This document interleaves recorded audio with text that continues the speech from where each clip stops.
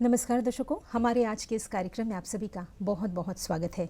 दर्शकों, आज के इस कार्यक्रम में हमने आमंत्रित किया है सूचना एवं प्रचार निदेशालय के रिटायर्ड डायरेक्टर श्री वी.के. मिश्रा जी को। मिश्रा जी, आपका हमारे इस कार्यक्रम में बहुत बहुत स्वागत है। नमस्ते। मिश्रा जी, सबसे पहले मैं आपसे आपके बारे में कुछ जानना चाहूँगी। मैडम, मैं यूपी को बिलोंग करता हूँ, लखनऊ को, और मेरा अंडमान आना भी एक सौभाग्य है। मेरे पिताजी गवर्नमेंट स्कूल में मैथ्स के टीचर थे। ही retired as a vice principal, headmaster high school बोलते हैं उनको। और अंडमान में जिस टूरिज़्म का जो डेवलपमेंट हुआ है, मैं उसका बराबर का कंट्रीब्यूटरी रहा हूँ, क्योंकि जितने भी आज गेस्ट हाउसेज हैं, साउंड एलाइट शो हैं, सब हमारे पीरियड में ही बने हैं। और टूरिज़्म को एक नया आयाम मिला, और भी आएगा, आने वाले समय में और भी होगा। लेकिन मुझे खुशी है कि मैं जब तक सीट पे रहा तब तक कुछ ना कुछ, किसी न किसी तरीके से मैंने कंट्रीब्यूट किया। और भगवान के आशीर्वाद से मैं जूनियर एडमिनिस्ट्रेटिव ग्रेड 1 तक पहुंचा हूँ, equivalent to director of government of India, और self contented, and I am really happy to have served for the administration and for government of India. Okay, तो आपने करियर की शुरुआत कैसे की? क्या आपने सोचा था कि आपको इसी लाइन पे जाना है या कुछ और आपका हॉबीज़ था? नहीं मैडम, जैसे सब बच्चे डॉक्टर इंजीनियर बनने के लिए ट्राई करते हैं, तो मेरे घर में भी कुछ यही प्लान था। मेरे फादर चाहते थे मैं डॉक्टर बनूं, और आपको सरप्राइज़ होगा कि मैंने एडमिशन लिया प्री मेडिकल में, पास हुआ, लेकिन शायद इतना केयरफुल नहीं था करियर के बारे में, तो उतने नंबर नहीं आए जो सीट मिलने के लिए होना था। उसके बाद मैंने बीएससी किया साइंस यहाँ से, और देन मैं लकी था कि मैं डिस्ट्रिक्ट सेविंग्स अफसर बना। उसके बाद मैं जंप किया, पब्लिक रिलेशंस ऑफिसर, प्रमोट होकर इंफॉर्मेशन अफसर बना। फिर मैं रिटायर हुआ एज ए डायरेक्ट आईपी, एक दानी पोस्ट है, उससे रिटायर हुआ हूँ। सूचना एवं प्रचार निदेशालय के आप उसमें डायरेक्टर पोस्ट से आप रिटायर हुए हैं, तो इसका सफ़र कैसा रहा? क्या काम आप करते थे, कैसे संभालते थे? आपका जो अनुभव है वो कैसा रहा? मैडम, मैं पहले इंफॉर्मेशन अफसर था, और उस पीरियड में मैंने टूरिज़्म प्रमोशन, जैसे सोने लुम्बियर, सेलर जेल, रॉस आइलैंड का sound and light show, unfortunately Viper Island का साउंड एलाइट शो। अनफॉर्चुनेटली इसलिए बोल रहा हूँ कि वाइपर का साउंड एलाइट शो लगभग तैयार हो चुका था। इनॉग्रेशन के लिए शायद 5-6 दिन की बात थी कि उसी पीरियड में सुनामी आ गया, और सुनामी ने सब डैमेज कर दिया। अदरवाइज आज के दिन वाइपर में भी साउंड एलाइट शो होता। ये साउंड एलाइट शो यहाँ के ज़्यादा पॉपुलर इसलिए रहे हैं क्योंकि एक तो देश की आज़ादी में अंडमान आइलैंड ने बहुत बड़ा योगदान किया है, और उस चीज़ को टेबुलेटेड करके साउंड एलाइट शो के शेप में प्रस्तुत करना एक बहुत बड़ी उपलब्धि है कि आप यहाँ का इतिहास बता रहे हैं कि कैदियों ने, यहाँ के शहीदों ने कितनी टॉर्चर झेले हैं, तो वो रिकैपिचुलेट करते हैं इतिहास को। और अभी एक रॉस आइलैंड में बना है, वो भी बड़ा अच्छा बना है। और हमारे पीरियड में आपको मैं बताऊँ, हैवलॉक, वहाँ का गेस्ट हाउस भी हम लोग के पीरियड में ही बना है। नील आइलैंड में गेस्ट हाउस हमारे पीरियड में बना, जिसका नाम बदला जा चुका है। कटबट बे रंगत के रास्ते में है, माया बंदर है, दिगलीपुर है। उस पीरियड में गेस्ट हाउस से सब हमारे पीरियड के बने हैं। हम लोग के पीरियड में वाटर स्पोर्ट्स इंट्रोड्यूस हुआ था। जिन लोगों ने उसमें एंजॉय किया है वो अभी भी याद करते थे कि उसमें कुछ और था। टूरिज़्म ग्रोथ और होना चाहिए, मैं ये नहीं कह रहा ग्रोथ नहीं हो रही है, शायद प्लान में या उस लेवल की ग्रोथ नहीं हो रही है जो इंटरनेशनल टूरिस्ट को चाहिए। ओके, अब मैं आपसे आपकी स्कूली शिक्षा के बारे में और कॉलेज की जो पढ़ाई है वो आपने कहाँ से की, इसके बारे में जानना चाहूँगी। मेरा school, I am grateful, Boyer higher secondary school, हमारे पीरियड में हायर सेकेंडरी हुआ करता था, वहाँ से किया है। फिर मैंने ग्रेजुएशन पंजाब यूनिवर्सिटी से किया है। और आपको मैं इस फ़ख्र के साथ बोलना चाहता हूँ, एक पीरियड था जब बॉय स्कूल के ही लड़के सभी डिपार्टमेंट के HODs तक पहुँचे हैं। मतलब स्कूल में क्वालिटी थी और फ्रीडम तो थी, लेकिन इक्वालिटी भी थी। उस समय की पढ़ाई का लेवल भी अलग था, और सरप्राइजिंगली आपको ताज्जुब ये होगा कि उसमें ट्यूशन वही बच्चे जाते थे जो बच्चे कमज़ोर होते थे। हमने कभी ट्यूशन पढ़ी नहीं, जबकि आज हर बच्चा ट्यूशन को फॉलो कर रहा है। तो क्वालिटी ऑफ एजुकेशन मेरे हिसाब से उसमें ठीक थी, बहुत अच्छी भी नहीं तो ख़राब भी नहीं थी। ओके, जैसा आपने बताया कि पढ़ाई का जो लेवल था वो काफ़ी अलग था, तो उस ज़माने और आज की बात करें तो किस तरह से अलग आप देखते हैं? अभी ट्यूशन ओरिएंटेड हो गई है पढ़ाई। जो बच्चे अगर 100 में 90 भी लाते हैं, 90% मार्क्स, पेरेंट्स चाहते हैं 98% या 100 में 100 ले आएँ, और वो इंस्पायर होते हैं उनके पड़ोसियों से कि मेरा बेटा तो 2 ट्यूशन कर रहा है, आपका बेटा 1 कर रहा है। तो इस होड़ में सभी बच्चे ट्यूशन की तरफ भाग रहे हैं। इसमें क्या हो रहा है कि जो पेरेंटल टच है, मुझे ऐसा लगता है, आई मे बी रॉन्ग, कि वो थोड़ा सा कम होता जा रहा है। पेरेंट्स जाके बच्चे को छोड़ देते हैं, या बच्चों को बस के पैसे दे दिए, बच्चे जाके वहाँ ट्यूशन पढ़ के आ जाते हैं। लेकिन वो जो पीरियड हम लोग का था, हम लोग के पीरियड में हम बच्चों का खुद लेके जाते थे, वेट करते थे और ट्यूशन पढ़ा के अपने साथ ही लेके आते थे, ताकि बच्चों का माइंड का डाइवर्शन कहीं ना हो। अब ट्यूशन एक प्रोफेशनल अप्रोच हो गया है। बिना ट्यूशन के कोई बच्चे अगर आप ना भी भेजें तब भी वो पेरेंट्स को बोलते हैं देखिए वो जा रहा है, मुझे भी भेजिए। तो ये थोड़ा चेंजेस आ गया है। अब ये अच्छा चेंज है कि बुरा चेंज है, ये समय बताएगा। जी जी, एक सफल व्यक्ति के जीवन में शिक्षक की क्या भूमिका होती है? मैडम, पेरेंट्स के बाद शिक्षक ही फ्रेंड, फिलोसफर एंड गाइड और सब कुछ आपका होता है। भगवान भी वही होता है, क्योंकि अगला स्टेप आपको कैसे लेना है, कैसे चलना है। अगर शिक्षक डेडिकेटेड है, अपने काम में कंसंट्रेट कर रहा है, तो उससे बड़ा मार्गदर्शक कोई नहीं हो सकता माँ बाप के बाद। तो अब शिक्षा की भी quality, type of education change हो रही है, और हम उम्मीद कर रहे हैं कि प्रेजेंट गवर्नमेंट में जो मॉडिफिकेशन आ रहे हैं शिक्षा के क्षेत्र में, वो बच्चे के करियर को इन्हांस करने में और मदद करेंगे। जी जी, आजकल हम देखते हैं कि जब बच्चे, जो युवा है, वो नौकरी पाने के लिए कोशिश करते हैं, क्योंकि कंपटीशन जो है वो बहुत ज़्यादा बढ़ चुका है। तो मैं जानना चाहूँगी कि आपके समय में किस तरह से होता था? मैडम, कंपटीशन हमारे समय में भी था, लेकिन कंपटीटर्स कम थे। ओके। जैसे एक पोस्ट के लिए 40 आदमी हो गए, 50 हो गए, 20 हो गए। आज की तरह नहीं कि एक पोस्ट के लिए नंबर ऑफ कंटेस्टेंट या एप्लीकेंट ज़्यादा हो जाते हैं, और कंपटीशन उसमें भी था। और अगर आप कम्पिटेंट हैं तो आप सिक्योर कर सकते हैं जी। और ये आपको मैं बताना चाहूँगा कि ये चीज़ें हमने बहुत पहले से सुनी है। जब ब्लैक एंड वाइट पिक्चरें थी तब भी लोग बोलते थे कि नौकरी नहीं मिल रही है। आज कलर्ड पिक्चर आ गई हैं, एडवांसमेंट हो गया, तब भी हम बोल रहे हैं नौकरी नहीं मिल रही है। इसका मेन कारण कंपटीशन नहीं, क्वालिटी ऑफ एजुकेशन भी कुछ हद तक मायने रखता है। कि आप ग्रेजुएशन हो गए, पोस्ट ग्रेजुएशन हो गए, बट आपके अंदर क्षमता कितनी बढ़ी अंदर से, वो सबसे बड़ी चीज़ है। महज डिग्री लेना ही एजुकेशन नहीं है। एजुकेशन मेरे हिसाब से मैं इसको 2 भागों में बांटता हूँ, एक लिटरेसी, एक एजुकेशन। जैसे आप बीएससी किया, फिर एमएससी किया, फिर पीएचडी किया, डबल पीएचडी किया, मैं इसको लिटरेसी लेवल का बढ़ना मानता हूँ कि आप एक स्टेप से दूसरे स्टेप में गए, दूसरे से तीसरे में गए। Education comes from the society, how you behave in the society. बड़ों के प्रति क्या आपकी इज्जत है, टीचर्स के प्रति क्या सम्मान है, बच्चों से कैसे बात करना चाहिए। मैं घूम फिर के यही बताऊंगा कि हमारे संस्कार थोड़े से डगमगा गए हैं। जो संस्कार बड़ी जॉइंट फैमिली में दादा दादी, नाना नानी से मिलते हैं, हम शायद उसको लैक कर रहे हैं। वो संस्कार नहीं हमारे पास आ पा रहे हैं, क्योंकि हमारा समय या तो मोबाइल में चला जाता है, और हम पेरेंट्स भी खुश हो जाते हैं कि बच्चा मोबाइल से खेल रहा है, डिस्टर्ब नहीं कर रहा है।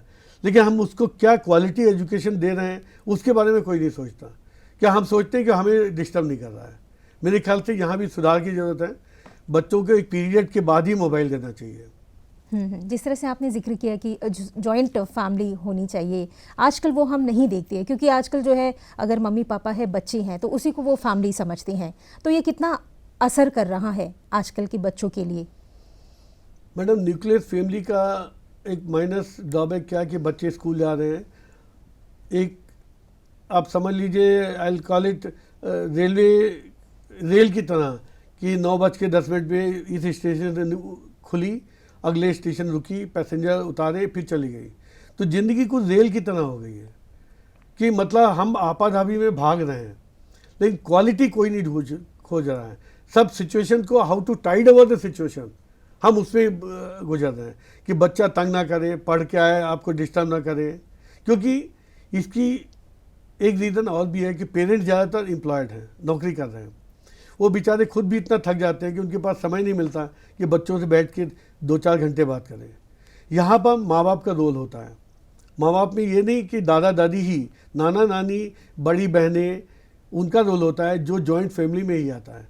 वो रोल में आज मुझे जितना रामायण और महाभारत का ज्ञान है, आपको सरप्राइज होगा, मेरी माँ ने सुनाई है, मेरे सामने रामायण पढ़ी है, मैंने खुद नहीं पढ़ी, लेकिन उनके ज्ञान से मुझे ज्ञान है। आज मैं जो रामायण महाभारत के बारे में जानता हूँ, शायद नए जनरेशन वाले बच्चे नहीं जानते होंगे। आजकल के जो बच्चे हैं वो इतना सीरियस लेते नहीं है कि अब धीरे धीरे हम आगे बढ़ रहे हैं। जब उम्र आगे निकल जाता है तब सोचते हैं कि नहीं, हमें सेट होना है, अपना करियर को सेट करना है। तो किस उम्र में मतलब सीरियस हो जाना चाहिए? मैडम, मुझे ऐसा लगता है कि 8th के बाद बच्चे को सीरियस हो जाना चाहिए। और दूसरा, एक गोल सेट कर लेना चाहिए कि मुझे क्या बनना है। इसका मतलब ये नहीं कि वही वो बनेगा, लेकिन गोल सेट करने से क्या होता है कि आप एक ओरिएंटेशन आपका एक लाइन में होता है। अदरवाइज आप भेड़ चाल में भागते जा रहे हैं। क्लिक हो गया तो नौकरी मिल गई या हो गया। तो लाइफ में प्लानिंग होनी चाहिए, और प्लानिंग जो है बच्चे के माइंड सेट के बेस्ड होना चाहिए कि बच्चा क्या चाहता है। ये नहीं कि साहब वो चाहता है IAS अफसर, आप उसको डॉक्टर बनाना चाह रहे हैं, तो आप उसको इतना प्रेशर डाल रहे हैं कि वो इरिटेशन से पढ़ाई कर रहा है। तो हो सकता है सफल हो जाए डॉक्टर बनाने में, लेकिन समाज में जो वो कंट्रीब्यूट करना चाह रहा है एज ए एडमिनिस्ट्रेटर, शायद वो नहीं कर पाएगा। वो फॉरेन कंट्रीज़ में कुछ हद तक वो बच्चे की लाइकिंग और डिसलाइकिंग को देख के उनको करियर की अपॉर्चुनिटीज़ देते हैं कुछ हद तक। तो शायद मुझे ऐसा लगता है कि हमें क्वालिटी एजुकेशन के लिए इस बात को भी ध्यान देना पड़ेगा। हमारे जीवन में खेल का कितना महत्व होना चाहिए, और आपके ज़माने में कैसा होता था और आज आप क्या चेंज देखते हैं? बेटा, हमारे पीरियड को तो मैं अभी भी याद करता हूँ। जब मैंने नई नई नौकरी की थी, उस ज़माने में फुटबॉल मैच हुआ करते थे, हॉकी मैच हुआ करते थे इसी जिमखाना ग्राउंड में, जब ये स्टेडियम नहीं था। बैडमिंटन मैंने खेले हैं। सेक्रेटरीट में बैडमिंटन हॉल हुआ करता था, जिसमें चीफ सेक्रेटरीज, हम लोग सीनियर जूनियर अफसर सब खेलते थे। तो एक क्वालिटी थी कि आदमी शाम को थक के माइंड को रिफ्रेश कर लेता था। आज बच्चों के पास ऑप्शन बहुत कम है।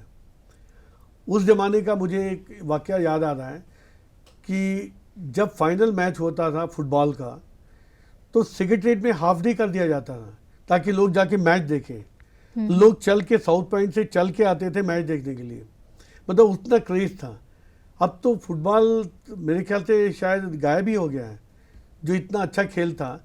बॉडी एंड फिजिक के लिए भी खेल अच्छा था, दूसरा आपके माइंड को फ्रेश करने के लिए। तो मेरा तो प्रशासन से यही रिक्वेस्ट रहेगा, स्पोर्ट्स को और जोर से डेवलप करें। फुटबॉल, हॉकी जो लगभग विलुप्त हो गए हैं, उनको फिर से इंट्रोड्यूस किया जाए।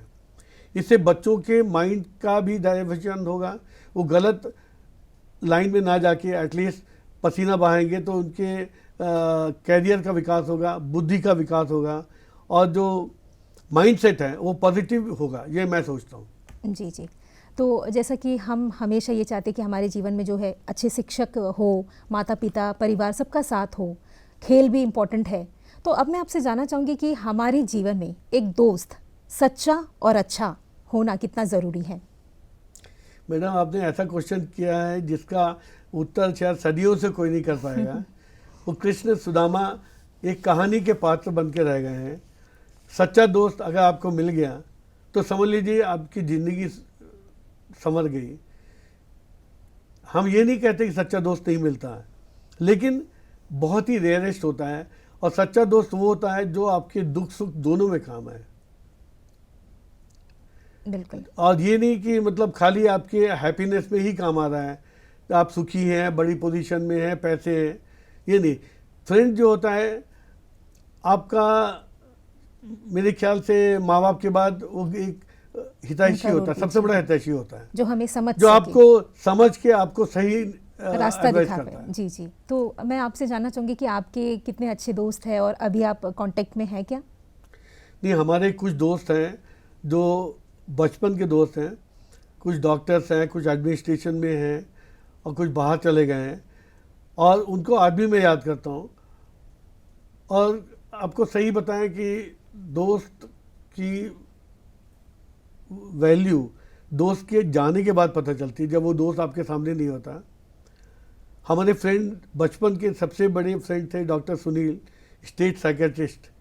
हम लोग याद है कि जब हम लोग क्लास 6 और 7 में पढ़ते थे, तब से हमारी जान पहचान है।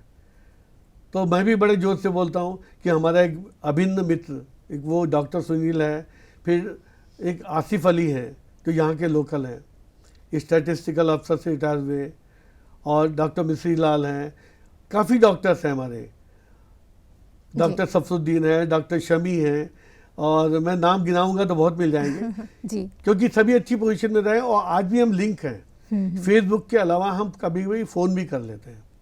ओके। तो अगर दोस्त की परिभाषा अगर मैं आज के समय में पूछूं, जो आजकल आप युवाओं को देखते हैं, तो आप क्या देखते हैं, क्या उस पर नोटिस करते हैं? मैडम, दोस्त की परिभाषा तो परिभाषित एग्जैक्टली नहीं कर सकते। दोस्त में वो गुण होते हैं जो अपने आप से उभरते हैं, मतलब आप उन पर इम्पोज नहीं कर सकते कि तुमको ये करना है। अच्छा दोस्त आपके हमेशा अच्छा ही सोचेगा, आपके अंदर जो अवगुण होंगे उनको निकालने की कोशिश करेगा, आपको क्रिटिक करेगा। एक किसी शायर ने शायद बोला है कि निंदक नियरे राखिए आंगन कुटी छवाए, बिन साबुन पानी बिना निर्मल करे स्वभाव। इसका मतलब ये है कि हेल्दी क्रिटिक, अगर मैं ख़राब हूँ, जैसे मान लीजिए मैं सिगरेट पीता हूँ या शराब पीता हूँ, और दोस्त मुझे उस हद तक डांटता है जिस हद तक लड़ने की नौबत आ जाती है, तो मुझे उसको बुरा नहीं मानना चाहिए, क्योंकि निंदक ही आपके अंदर से अवगुणों को दूर कर सकता है। जो आपकी चापलूसी कर रहे हैं, चाटुकारी करते हैं, वो आप समझ लीजिए कि वो आपको मिसगाइड कर रहे हैं, ना कि गाइड कर रहे हैं। तो ये क्षमता आपके अंदर भी होनी चाहिए कि दोस्त कौन अच्छा है और कौन नहीं है, चुनाव आपके हाथ में है। बिल्कुल, ये तो बहुत आपने बड़ी बात कह दी है। अब मैं आपसे मिश्रा जी आपके परिवार के बारे में जानना चाहूँगी। मैडम, आई एम फॉर्चुनेट, मेरी वाइफ पीजीटी बायो से रिटायर हुई अभी 5-6 महीने पहले, रेनू मिश्रा, निर्मला स्कूल से। और वो भी मैं अप्रिशिएट करूँगा, सही है कि नहीं मालूम, but she was a dedicated teacher. जब से उन्होंने निर्मला स्कूल में बायो की टीचर बनी है, उनका रिजल्ट कभी 80-90 से नीचे नहीं गया, और उनके बच्चे आज डॉक्टर हैं, इंजीनियर्स हैं, विदाउट ट्यूशन। मतलब वो स्कूल में इतनी सिंसियरिटी से पढ़ाती थी कि बच्चे उसी से नंबर स्कोर कर लेते थे। और हमारे 2 बेटे हैं, एक बेटा अब्रोड है, बाहर गया हुआ है सर्विस के चक्कर में, और एक बेटा बेंगलोर में है। दोनों ने MBA किया हुआ है, इंजीनियर्स हैं। और मैं, आप तो देख रही हैं, एज ए डायरेक्टर रिटायर हुआ हूँ, और ऊपर वाले की दुआ से खुश हूँ, और खुश रहना भी चाहिए आगे। जी जी, बिल्कुल। तो आपने एक पिता के रूप में आपने कितनी जिम्मेदारी निभाई है, किस तरह से आपने बच्चों को सपोर्ट किया है आगे बढ़ने के लिए? मैडम, मोटिवेशन, मैंने 2 तरह के पेरेंट्स देखे हैं कि एक पेरेंट एक अप्रोच के लिए एक बच्चों को बोलते हैं कि तुम ये एग्जामिनेशन अपियर करना, बाई चांस वो फेल हो जाता है, कि हर आदमी पास नहीं होता, कम नंबर हो सकता है, कोई शॉर्ट ड्रॉबैक्स है, तो लोग बच्चों को क्रिटिसाइज करते हैं, तुमसे कुछ नहीं होगा, तुम कुछ नहीं कर सकते, तुम ये बन जाओ, तुम लेबर बन जाओ। वो नहीं होना चाहिए। पेरेंट्स का काम है मोटिवेट करना बच्चे को, अगर वो गिर भी पड़ रहा है। मैं आपको छोटा सा एग्जांपल बताऊंगा जो मेरी लाइफ का बड़ा अच्छा एग्जांपल रहा। हम UNDP के कोर्स करने के लिए कनाडा में एक फेलोशिप में गए थे, तो वो हमें एक चिड़ियाघर ले गए दिखाने के लिए। तो मैंने देखा कि एक इंग्लिश पेरेंट अपने छोटे से बच्चे को देख रहा है, और बच्चा पत्थर के ऊपर चढ़ने की कोशिश कर रहा है। तो उसने ये नहीं कि उसको पकड़ के खींच लिया, वो जस्ट वॉच कर रहा था कि अगर ये चढ़ा गिरा तो मैं पकड़ लूँगा। जहाँ की हमारे सिस्टम में क्या कभी कभी क्या होता है, पेरेंट्स वायलेंट हो जाते हैं, देखा नहीं तुमने, बच्चा गिर जाएगा, चोट लग जाएगी, ये हो जाएगी। तो कहने का मतलब है कि हमारी जो अप्रोच पॉजिटिव होना चाहिए। जो इनकरेज करे कि बेटा आज अगर फेल हो गया कोई बात नहीं, अगली बार तुम इससे अच्छे नंबर लाओगे, हो सकता है तुम्हारे कैरियर में ये माइलस्टोन प्रूव करे। तो how you encourage your sons daughters और इवन नेबर के बच्चों को, आपकी थॉट पॉजिटिव होनी चाहिए। मेरे ख्याल से this is the way. Okay. सूचना एवं प्रचार में अगर कोई अपना करियर बनाना चाहता है तो उसे क्या करना होगा? मैडम, आजकल के सिस्टम में न्यूज़पेपर, दूरदर्शन, चैनल्स ये इतने भर गए हैं कि गवर्नमेंट की तरफ जाने की ज़रूरत ही नहीं पड़ रही है। आप अपना ओन प्रोफेशन कीजिए और अगर आप में क्वालिटी है तो आप शाइन कर जाओगे। जी। आपने देखा जितने पुराने एंकर्स हैं, रुबिका, लियाकत, ये सबका नाम आपने सुना होगा और बड़ी पॉपुलर है। उसने अपने उसमें लिखा है कि share to struggle a lot, उसके बाद यहाँ तक आया। तो अगर आपके अंदर इंटेलिजेंस है तो गवर्नमेंट हो प्राइवेट हो, आप कहीं ना कहीं शाइन करेंगे, हिट करेंगे। ओके। मिश्रा जी, रिटायर होकर आपको कितना समय हो चुका है ये हम जानना चाहेंगे, और आप खाली समय में क्या करते हैं? मैडम, मैं 31 जुलाई 2015 को रिटायर हुआ हूँ और मुझे लोगों ने एडवाइस किया कि कहीं नौकरी छोटी मोटी पकड़ लो, या एक दो लोगों ने एडवाइस भी किया। तो कभी कभी मन विचलित हो जाता है कि आप एक एक्टिव लाइफ से नॉन एक्टिव लाइफ में आ रहे हैं, तो 5-6 महीने बड़े दुखदाई होते हैं क्योंकि आप क्रॉस ओवर करते हैं, लक्ष्मण रेखा के बाहर निकल के आ रहे हैं। गवर्नमेंट सर्विस एक एरिया में बंधी हुई लाइन होती है जहां आप सुबह जाते हैं, काम करते हैं, लंच खाते हैं, चले आते हैं, छुट्टी में छुट्टी मनाते हैं। और जो रिटायर्ड लाइफ है ये लिटरली एक तरह से ओपननेस की तरफ होती है कि अब आप फ्री हैं। जैसे पिंजरे से पक्षी खोल के निकाल दिया जाए तो आपने देखा होगा बहुत से पक्षी पिंजरे पे काफ़ी देर तक बैठे रहते हैं क्योंकि उनकी आदत हो जाती है। और जो स्मार्ट होते हैं, कुछ होते हैं, वो उस उड़ के अपनी रास्ता कर लेते हैं। तो रिटायरमेंट मैं सोचता हूँ it should be taken in a very good way कि आप किसी के अधीन नहीं है, फ्रीडम है आपकी सोच की फ्रीडम है। आप सोशल वर्क कीजिए, चैरिटी कीजिए, जो भी करना चाहते हैं आराम कीजिए। भाई हमारे प्रशासन ने या गवर्नमेंट एंड इंडिया ने 60 साल की उम्र इसलिए रखी है ताकि 60 के बाद आप कुछ सोशल काम करें, बाल बच्चों को देखें, क्योंकि ज़िंदगी का जो क्रीम एरिया है वो आप जी चुके हैं। उसके बाद आराम भी होना चाहिए, शरीर को आराम भी होना चाहिए। तो मेरे ख्याल से one should enjoy retired life. और जितने रिटायर्ड लोग हैं उनको जमा कीजिए, गप्पे मारिए, जो बातें जो काम आप नहीं कर पाए, जो जगह घूम नहीं पाए, घूमिए। आप इस लाइफ को एंजॉय करने के लिए आप क्या करते हैं? मैं ये लद्दाख गया था, कश्मीर गया, और अब मैं प्लान कर रहा हूँ दुबई जाने का प्लान कर रहा हूँ, बेटा है वहाँ पे। और वही वाइफ से बोल रहा हूँ कि कहीं घूमने चलते हैं, क्योंकि वाइफ अभी हाल में रिटायर हुई है तो उसके पेंशन पेपर्स शायद थोड़ा लेट हो गए थे जो अभी फाइनलाइज हुए हैं। और अब हम लोग दोनों प्लान करेंगे घूमना, बच्चों से विजिट करना, अपने रिलेशन से विजिट करना। और मुझे लेकिन ये है कि घूम फिर के अंडमान ही पसंद है। ओके। यहाँ की शांति, यहाँ बचपन गुजारा है, फ्रेंड सर्किल वो यहाँ ज़्यादा है। तो मुझे अंडमान में रहना पसंद है। और दूसरा मैं ये भी सोच रहा हूँ क्योंकि मैं न्यूज़पेपर्स से अटैच रहा हूँ, डेली टेलीग्राम भी मेरे अंडर ही में चल रहा था, तो मीडिया को मैं चाहता था कि और स्ट्रांग हो। मीडिया हमारे पीरियड में एक लाइमलाइट में था। आपको सरप्राइज होगा कि मिस्टर वक्कम पुरुषोत्तम जी, जो हमारे एक्स एलजी जो अभी नहीं रहे, लेट लेफ्टिनेंट गवर्नर, उनके पीरियड में हम लोग पेपर्स की कटिंग, जो भी एडमिनिस्ट्रेशन या कोई भी पेपर वाला कोई भी नेगेटिव चीज़ हाईलाइट करता था कि यहाँ ऐसा नहीं हो रहा है, हम पेपर कटिंग काट के उसको लेफ्टिनेंट गवर्नर को दिया जाता था कि वो लेफ्टिनेंट गवर्नर पे एक्शन लिखता था कि ऐसा क्यों नहीं हो रहा है। मान लीजिए कहीं पानी की सप्लाई नहीं है और किसी ने छाप दिया, तो एलजी के वहाँ से एक इंक्वायरी आ जाती थी कि डिपार्टमेंट से पूछो क्यों नहीं सप्लाई हुआ। तो मॉनिटरिंग मेरे ख्याल से उसमें काफ़ी अच्छी थी, अभी भी हो रही है, लेकिन उतनी एक्सटेंसिव मॉनिटरिंग नहीं है जिससे कि डिपार्टमेंट को डर लगे कि लेफ्टिनेंट गवर्नर सेक्रेटरीट से कोई पेपर आया है तो मुझे बड़ा केयरफुली हैंडल करना है, I have to think of positive approach. अभी क्या होता है कि ग्रीवेंस सेल्स सबके पास है, लेकिन ग्रीवेंस शायद उतनी अटेंड नहीं हो पा रही जितनी होना चाहिए। ये मेरा अपना ख्याल है। ओके मिश्रा जी, जो आपके हम उम्र है, जिस तरह से आपने बताया कि आप तो एंजॉय करते हैं इस लाइफ को, घूमना पसंद करते हैं, लेकिन सब ऐसा नहीं सोच पाते हैं। कुछ लोग हैं जो निराश हो जाते हैं, उनको लगता है कि ये रिटायरमेंट मीन्स ये जीवन का अंतिम छोर है। तो ऐसे लोगों से आप क्या कहना चाहेंगे कि किस तरह से वो अपने जीवन को जी सकते हैं, खुश रह सकते हैं? मैडम, ये गलत धारणा है कि रिटायरमेंट के बाद ज़िंदगी ख़त्म हो गई। मुझे ऐसा लगता है रिटायरमेंट के बाद एक नई ज़िंदगी फिर से शुरू होती है।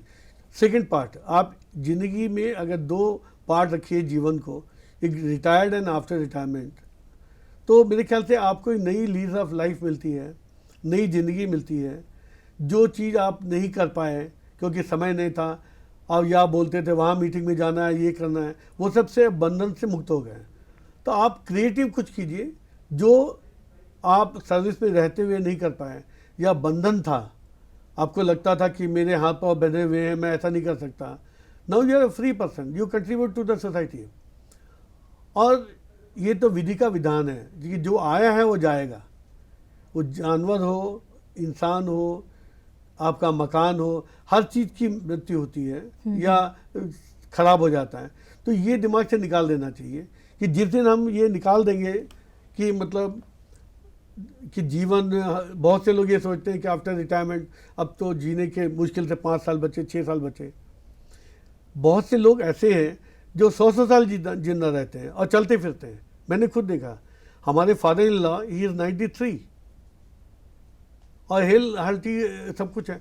तो कहने का मतलब कि दिमाग को इससे निकाल देना चाहिए कि ज़िंदगी रिटायरमेंट के बाद ख़त्म हो जाती है, एक नई ज़िंदगी मेरे ख्याल से शुरू होती है जिसको आपको जीना चाहिए।